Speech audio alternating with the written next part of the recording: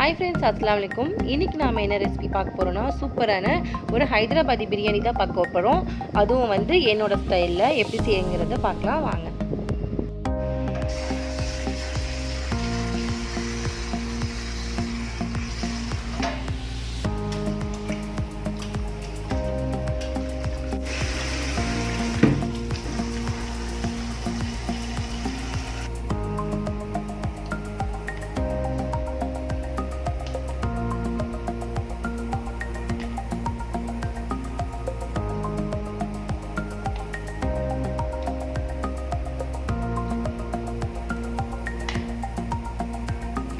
4 tumbler அரிசி எடுத்துர்க்கேன். அதுக்கு தகுந்தாப்ல 4 spoon இஞ்சி பூண்டு எடுத்துர்க்கேன். இந்த கிரேவிக்கு தேவையான அளவு உப்பு, சிக்கன் மசாலா வந்து ஒரு 2 ஸ்பூன் போட்டுக்கலாம்.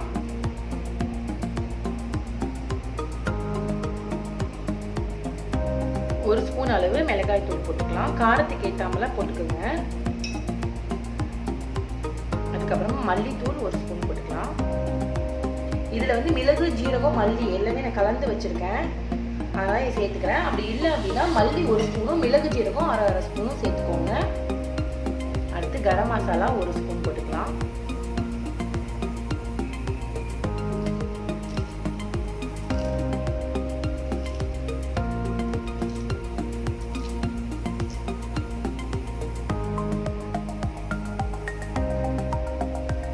அடுத்து மல்லி புதினா வச்சிருக்கேன், அதை எடுத்துக்கலாம். பச்சை மிளகாய் வந்து உங்களுக்கு காரத்துக்கு தகுந்தாமல அரௌந்தாப்புல பச்சை மிளகாய் வந்து இதில் போட்டுக்கோங்க. இப்போ நம்ம இதை நல்லா மேரினேட் பண்ணிடலாம். அடுத்து இதில் ஒரு 4 கரண்டி அளவுக்கு தயிர் சேர்த்துக்கலாம். நல்லா புளிச்ச தயிராக இருந்துச்சுன்னா ரொம்ப நல்லாயிருக்கும். நல்லா திக்கான தயிராக சேர்த்துக்கோங்க.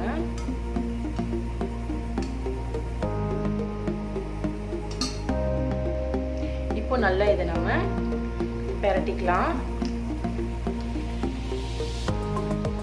நல்லா மிக்ஸ் பண்ணி ஒரு 1 மணி நேரம் நல்லா ஊற வச்சிடலாம்.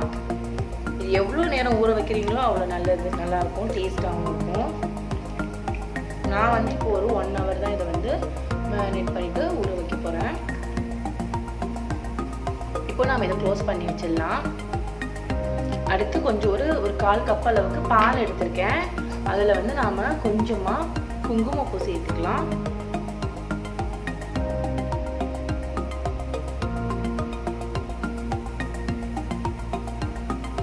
குங்குமப்பூ வந்து கலருக்காக நம்ம சேர்க்கறது தான், உடம்புக்கும் ரொம்ப நல்லது. ரொம்ப சேர்க்க வேணாம், கொஞ்சமாக சேர்த்து இந்த சூடான பாலில் கொஞ்சம் நேரம் ஊற வச்சிடலாம்.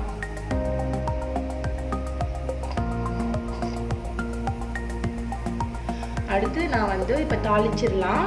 குக்கர் பேன் தான் எடுத்திருக்கேன், நல்லா அடி கனமாக இருக்கும் இதுதான், அதனால் குக்கர் சட்டி தான் எடுத்திருக்கேன். இப்போ இதில் நம்ம தாளிச்சிடலாம். இதில் தேவையான அளவு எண்ணெய் சேர்த்துக்கலாம்.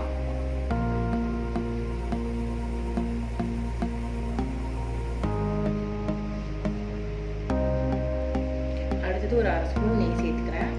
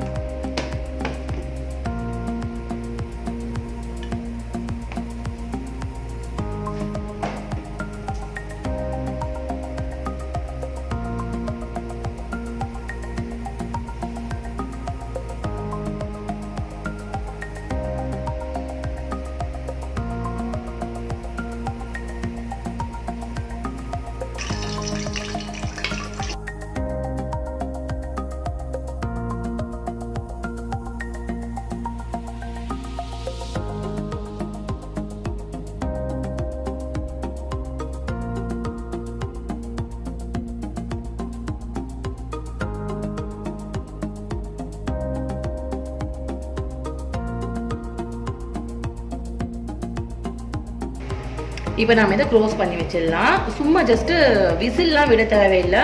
க்ளோஸ் பண்ணி வச்சுட்டு ஒரு 10 நிமிஷம் இந்த கறி வெந்தால் போதும். ஒரு 1/2 குக்கிலேருந்து ஒரு 3/4 குக்காக இருந்துச்சுன்னா போதும். ரைஸ் போட்டதுக்கு அப்புறமா திரும்பவும் அது குக் ஆகும்.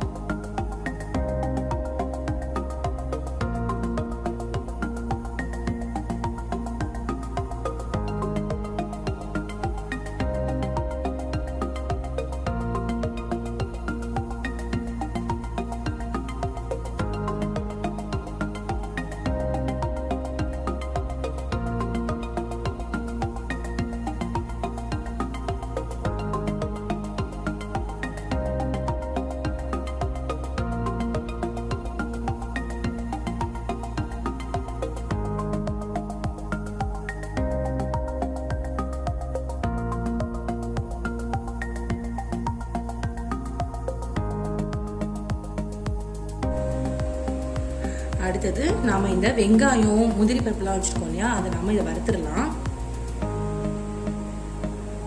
கொஞ்சமா எண்ணெய் ஊற்றிக்கலாம்.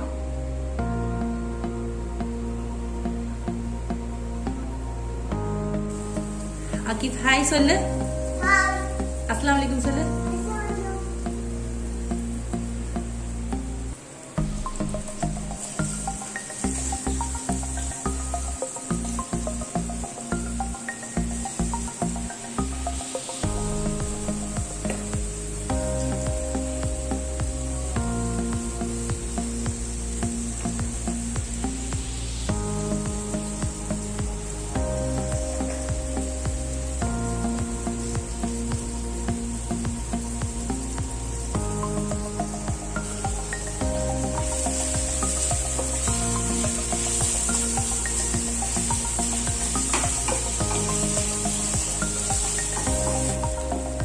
இது வந்து ரொம்ப டைம் தான் எடுக்கும். கடையிலே கூட நம்ம வந்து ஃப்ரைட் ஆனியன்ஸ் வாங்கிக்கலாம். இருந்தாலும் வந்து நம்ம எவ்வளோக்கு எவ்வளோ வீட்டில் செஞ்சுக்கிறோமோ அதுதான் ரொம்ப சுத்தமாகவும் இருக்கும். அதனால தான் வந்து வீட்டிலே செஞ்சுக்கிறது.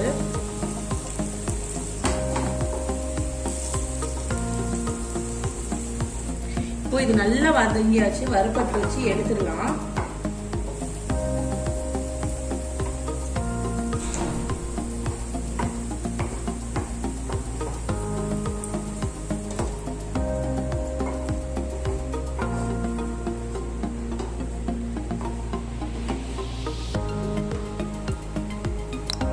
அடுத்து இதில் முந்திரி பருப்பு போட்டு வறுக்கலாம்.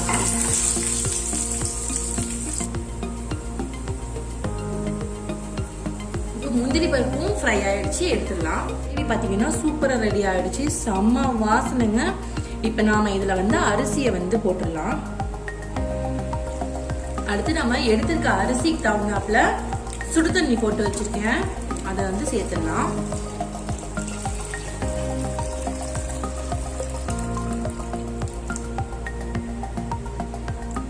உப்பு வந்து சரி பார்த்து போட்டுக்கோங்க, எனக்கு பத்தலை அதனால போட்டிருக்கேன்.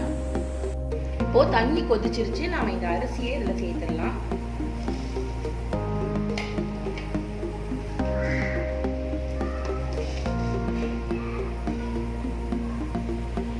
ஹைதராபாதி பிரியாணி அப்படின்னு சொன்னாவே வந்து வடிச்சு தான் கொட்டுவாங்க, வடிச்சு கொட்டி செய்வாங்க. பட் ஆனால் இந்த மாதிரி செஞ்சீங்க அப்படின்னா ரொம்பவே டிஃப்ரெண்ட்டாக இருக்கும், நல்லாவும் இருக்கும்.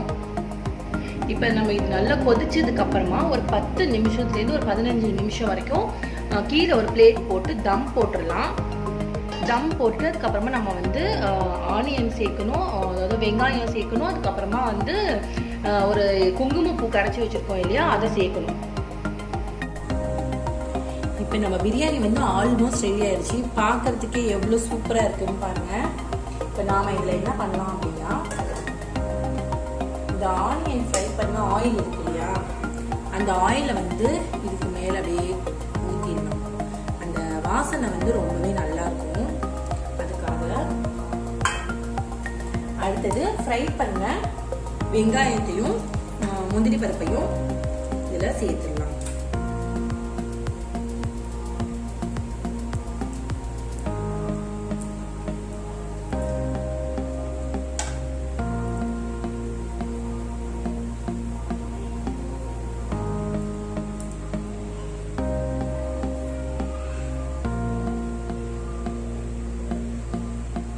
அடுத்தது நம்மளோட குங்குமப்பூ பாலில் கலந்து வச்சிருக்கோம் இல்லையா, இதையும் இதில் சேர்த்துடலாம்.